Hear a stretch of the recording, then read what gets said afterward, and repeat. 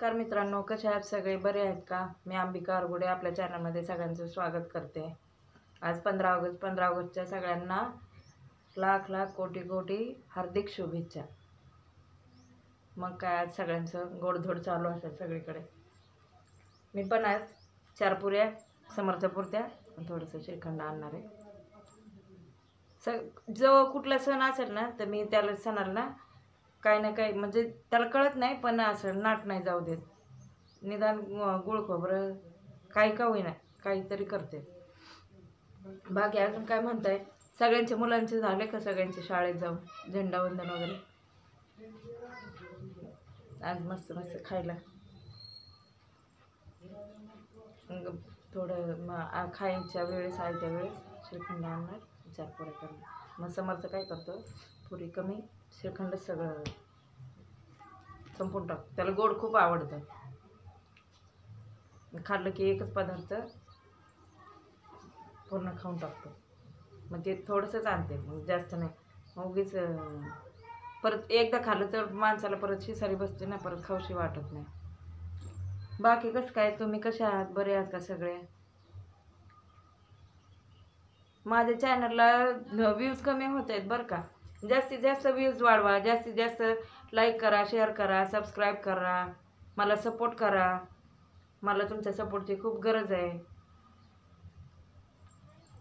मला जास्त सांगता येत नाही, बोलता येत नाही, किंवा मला नाही म्हणजे जास्त जमत नाही. कारण कम्युनिकेशन जे बोलण्याचं स्किल आहे ते माझ्याकडे नाही आहे. माझं कारण स्किल म्हणजे माझं फील्डच नाही ना ते. माझं काम आहे इंजेक्शन देणं.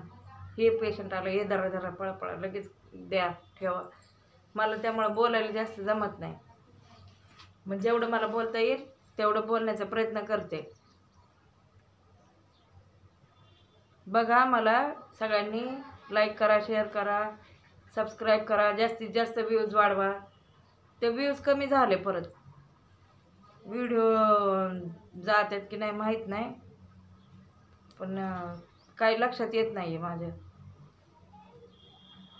थोडं मला तुमच्या सगळ्यांच्या सपोर्टची गरज आहे. मला मदत करा.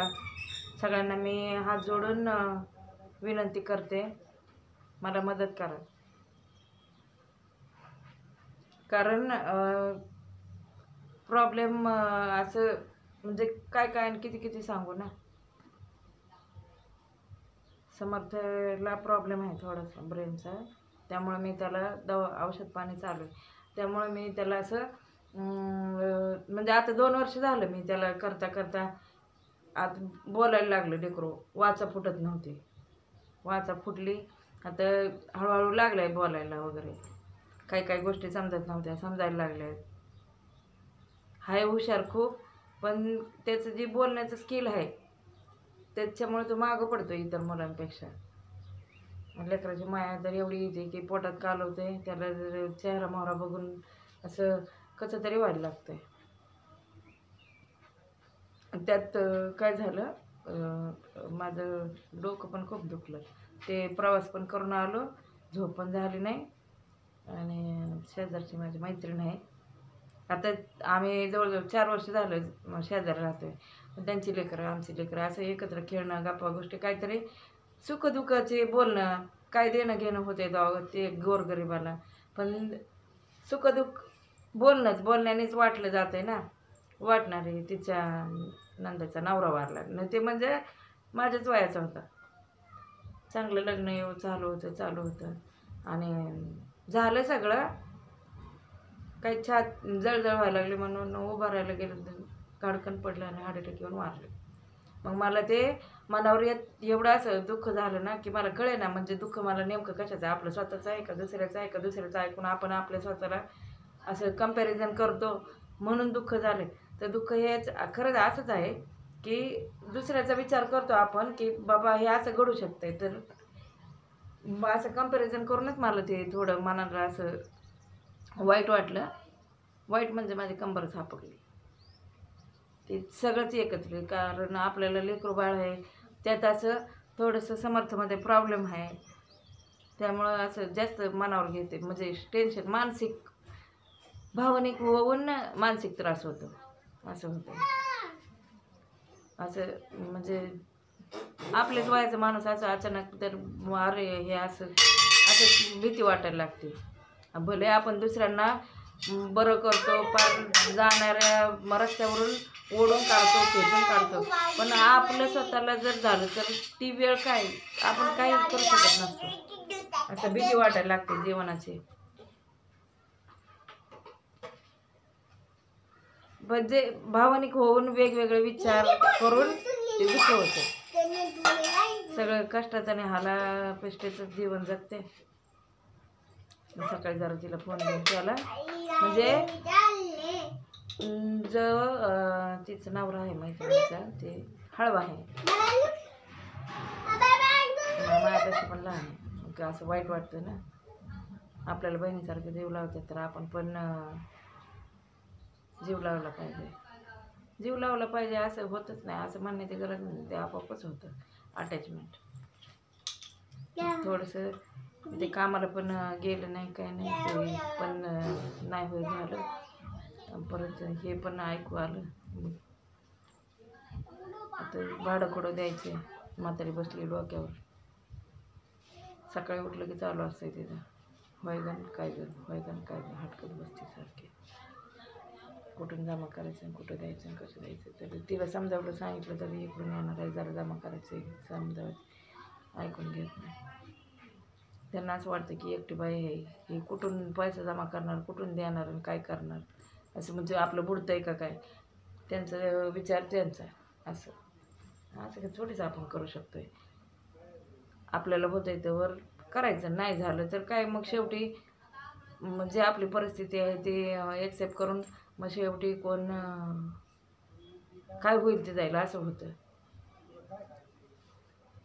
सगळं माझं फोकस समर्थवरती आहे, त्यामुळे मी सगळीकडे दुर्लक्ष करते, फक्त समर्थकडे लक्ष देते. कारण हेच वय असतं मुलांचं. आत्ता जर नाही बघितलं, आत्ता जर मी पर्याय खूप निघतात, पण जे आपण करू शकतो ते नाहीच होऊ शकत. थोडं जरी चुकलं इकडं तिकडं, ब्रेनची औषधं असतात तर ते रिस्की आणि अवकाळी आहे पोरगं. बोलता बोलता का तर खटकन असं लागलं. बाकी काय म्हणताय, सगळे बरे आहात का? मला सपोर्ट करा, सगळ्यांना कळकळीची विनंती आहे. काय बोलू आता, रोज रोज तेच बोलून काय म्हणजे असं मला असं एक तर बोलायचंच कंटाळा, आणि रोज तेच बोलायचं म्हणजे कसं तरी वाटायला लागतं. बाकी नवीन काय दाखवायचं, काय करायचं आता बघू. उद्याच्याला तर जाणार आहे पुण्यात. माझे व्ह्यूज वाढले ना जास्तीत जास्त, मग मी काय करेन असं पुण्यातले मी पुण्यातली सिटीतली राहिले नाही, तर मला सगळं आवडतं आहे तिकडचं. तिकडचं काय काय काय काय गोष्टी दाखवत आहे. काय सगळ्यांनी बघितलेलंच असते, पण नव्याने आता गणपतीचे दिवस आहेत. पुन्हा म्हणजे असं नवरीला कसं नटवतं तसं पुन्हा नटतं. सगळं चंगळ दंगळ, ढोल ताशे, दगडूशेठ, असं लक्ष्मी रोड, म्हणजे बघण्यासारखं, म्हणजे बघणं, एन्जॉय करणं, आनंद घेणं, म्हणजे ते माणूस आपण स्वतःला विसरूनच जातो. असं छान छान खूप बऱ्याच गोष्टी आहेत. आम्हाला तर प्रवास आवडतो, पण मी समर्थमुळे गप्प बसते, कारण पुण्यातून मी बरेच लांब राहते. मग समर्थ 5 मिनटं हवा लागली गाडीची की तो झोपतो.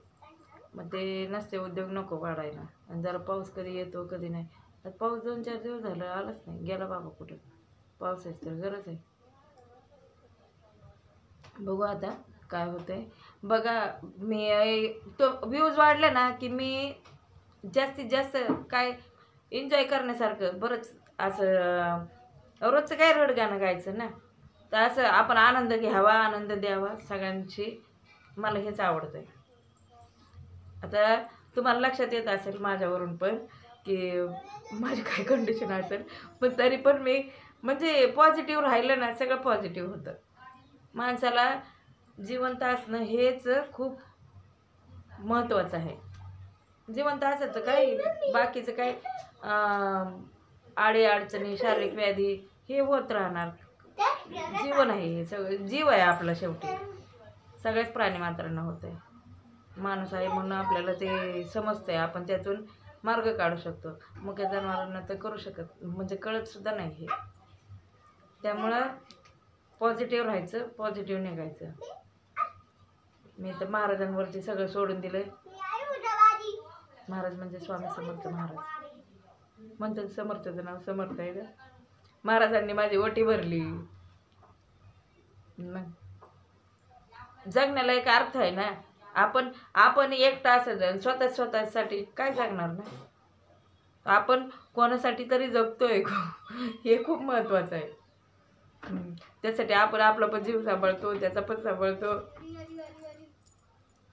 नॉर्मल लाईफ असेल ना की पद्धतशीरपणे लग्न सगळं असं, तर माझ्या जीवनात नाही घडलेलं असं काही.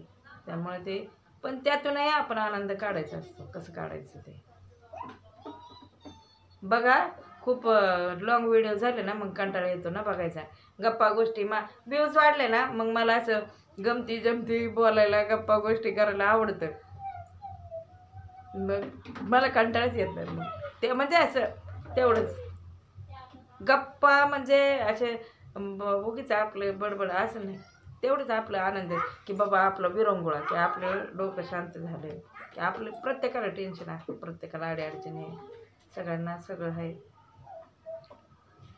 बघा माझ्या चॅनलला लाईक करा, शेअर करा, सबस्क्राईब करा. जास्तीत जास्त व्हिडिओ बघा, सगळ्यांना पाठवा, सबस्क्राईब करा जास्तीत जास्त. मला तुमच्या मदतीची खूप गरज आहे. माझी कळकळीची विनंती आहे. चल भेटू आपण परत. बाय. श्री स्वामी समर्थ, श्री गुरुदेव दत्त. बाय.